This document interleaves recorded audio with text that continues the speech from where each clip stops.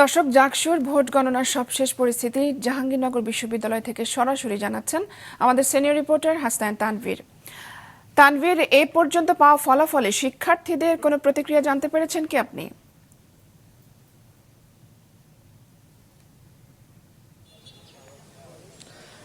সাবরিনা, জাকসু নির্বাচনের ফলাফলের যে অপেক্ষার প্রহর সেটি কিন্তু যেন শেষই হচ্ছে না। এখন পর্যন্ত কিন্তু শিক্ষার্থীরা, যারা ভোটাররা রয়েছেন এবং যারা প্রার্থীরা রয়েছেন, তারা সবাই অপেক্ষা করছেন। এর সাথে পুরো যারা এই সংশ্লিষ্ট নির্বাচনের সাথে জড়িত এবং পুরো দেশের মানুষই আসলে অপেক্ষা করছেন এত লম্বা সময় ধরে।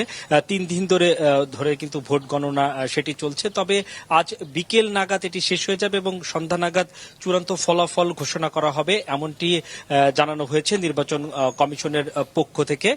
তারা যেটি আমরা এখন পর্যন্ত জেনেছি যে 21টির মধ্যে 20টি হলের ভোট গণনা কিন্তু এরই মধ্যে শেষ হয়েছে, আর একটি হলের ভোট গণনা বাকি রয়েছে এবং সেটি হয়তো 1-1.5 ঘন্টা লাগবে, সেটি গণনা শেষ হবে, হয়তো একটু বেশি সময় লাগতে পারে।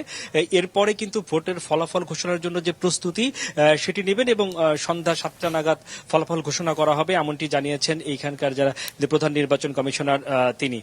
এই ভোটের ফলাফলের জন্য কিন্তু অপেক্ষা করছেন 3 দিন ধরে এখানে প্রার্থী ও তার সমর্থকরা। এখন পর্যন্ত আমরা যেটি জানতে পেরেছি যে এখানে ভিপি পদে কিন্তু স্বতন্ত্র প্রার্থী জিতু তিনি এগিয়ে রয়েছেন এবং এখানে জিএস পদে কিন্তু শিবির সমর্থিত এখানকার যারা শিক্ষার্থীরা রয়েছেন তারা যেটি বলছেন যে ফলাফল নিয়ে এখন পর্যন্ত ক্যাম্পাসে কোনো উত্তেজনা নেই।